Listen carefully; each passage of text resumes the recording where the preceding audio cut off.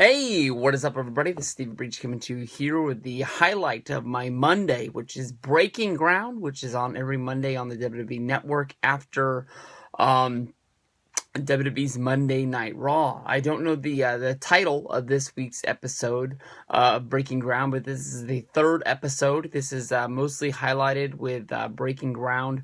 I guess you could say NXT going on a tour. This was their 3-day tour of heading to Texas, where they were going to run up against the Ring of Honor pay-per-view. Basically, they covered this up by saying that NXT was getting a whole lot of response out of the state of Texas as a whole, so they decided that they were going to go there. I know that Triple H on the conference call tried to play it off that he didn't even know that Ring of Honor was running the same dates, the same cities, that they decided to put the NXT show by the time they were there. I like the fact that Jay Lethal, the champion of Ring of Honor, stood up and said basically if they are copying us, if they are going up and seeing us as direct competition, that's cool, because it basically puts Ring of Honor on the map as being bigger than what most people think of them as. If WWE, is basically putting their name on a list and going to war against these guys.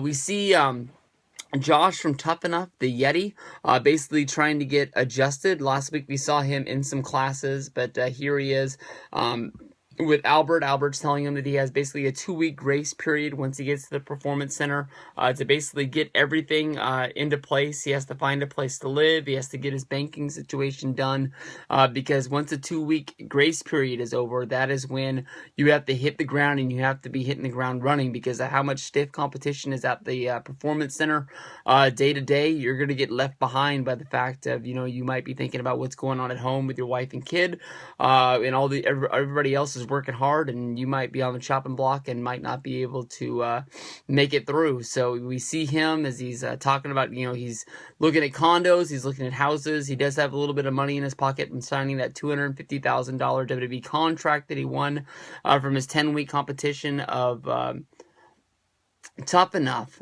So they're looking for a few things. His family is moving out from Colorado to move to Florida to be closer to where he is and have them be together. And he says that being away from them, it sucks because from him chasing this WWE dream, from playing football, he hasn't been around them as much as he wants to. And once they get down to the place where he's able to work out at the Performance Center and he's supposed to go through day to day, it's going to be a whole lot better. We see the NXT plane land in Houston, and as they get off the plane, we see a lot of fans at the airport meeting the wrestlers, and a lot of the wrestlers like Apollo Crews and Dana Brooke, Tyler Breeze going out of their way to sign autographs and take pictures, and them saying that it's because of these fans that the reason why they're in NXT and they have a chance to be in WWE, and how cool it is. And I thought it was just awesome to see a Bullet Club t-shirt. I know this is a reality show, but you would think that WWE would try to clean this up as much as possible. But then again, maybe somebody just didn't even know really what it was. But it was a fun situation to see the fans meeting all of these wrestlers that are there. Fun situation at the show. You can see all of the wrestlers that are all getting pumped up to be on the road for the first time, and it's a sold-out show, and everybody's all excited to be in Austin. For some reason, they showed this sort of back and forth between Tyler Breeze and Jordan. That basically they're trying to play off the fact that Jordan doesn't like the fact that Tyler Breeze wasn't a amateur wrestler, but he wears amateur wrestling boots. They're trying to play off on the fact that Tyler Breeze, of course, is moving up to the main roster. These are some of the last dates that he's going to be wrestling for NXT, and everybody knows that he's done just about everything there is to do, and he's just sort of filling up and just waiting for that phone call to be bumped up to the main roster. And they're trying to play off the fact that not everyone in NXT is friends. They're all looking for stiff competition.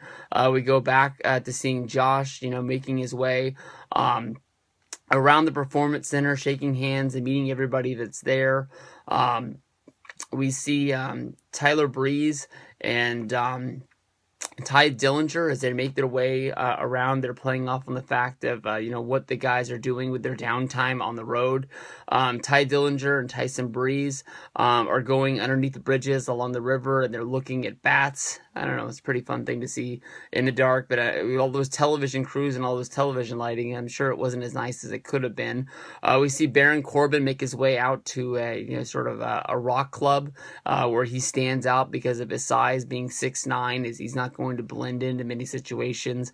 For some reason, there's some wrestling fan who wants to hang all over the guy, and he has to restrain himself. He wanted to kick this guy's ass, but he really wasn't able to do it, so he ends up just leaving the club. We see Big Cass, and we see what's the girl's name? Carmella, shopping for cowboy hats and cowboy boots out on the town. I don't know where Enzo Amore was, but this basically painted a pretty good picture for me that Carmella and Kaz might be an item. She kept on basically wanting to throw herself at him, and when he put on the cowboy hat, saying how cute and how handsome he was, and how it was. I don't know if it was basically a I don't know if it was just It was what it was, but it seemed awkward to me. But I don't know, maybe somebody knows more than I do. Baron Corbin wrestled in the main event of one of the Austin shows going up against Finn Balor. He didn't get the win, but it was a very good match. Honestly, at the NXT Aftershock show that I went to here in Sacramento, this was the same main event that I saw, and I honestly thought that it was a very, very good match. Baron Corbin got lots of boos, was able to turn the whole crowd against him, and that's one of the things that he says he really likes about playing his character, is that he doesn't have to get everybody on his side to be doing what he's doing. It was really fun. This was a really, really good episode. We saw a lot of Apollo Crews as he was in Texas. This was the first time that he'd seen his sister in over a year since she's in the military. They said the last time they saw each other was the February before when they were both in Japan at the same time. And Apollo Crews talked a lot about getting adjusted into the NXT and the Performance Center and everything that went along with that. Basically saying that he is one of the biggest guys on the roster, but at the same time he's one of the smallest, and that's sort of something that is used against him at the same time. Very, very fun. We haven't seen Chick Kick in a long time, since episode number 1. She was in a little bit of the background of episode 2. So it doesn't seem like they're following around the same people week in and week out. A lot of Baron Corbin this week. He was on the first week as well. I want to see Chad Gable. Chad Gable's one of my favorite guys, and Jason Jordan's along there with him. We got to see him go back and forth with Tyler Breeze a little bit, but I want to see how good these guys are. They played off on next week. They're going to see a lot about Mojo Rawley and Zack Ryder. I think they're going to portray Zack Ryder as a guy who is sort of like an asshole with his head stuck up his ass, basically because of the fact that he's already on the main roster, and here he is coming down trying to help out NXT. But if he really had a great place on the main roster, they wouldn't be sending him down to NXT to try and get this Hype Bros team over. So hopefully Mojo Rawley is able to convince him of this, because it seemed that they were in the back going over what was going to be going over in the match, and it didn't seem like Ryder really wanted to try any new ideas in order to try things to get over. But we all know that the Austin shows, as well as all of the Texas tour for NXT, were a real big success. Hopefully NXT is going to be touring wherever you guys are. I went and saw them at the Rock show, Aftershock. I don't know if they're going to be doing any more of these. They had done one in Louisville before, and it was a real big success as well. So hopefully you guys can check it out when it goes on down the road. But fun times with Breaking Ground tonight. Can't wait for next week's episode. Like I said, this is the highlight of my Monday night.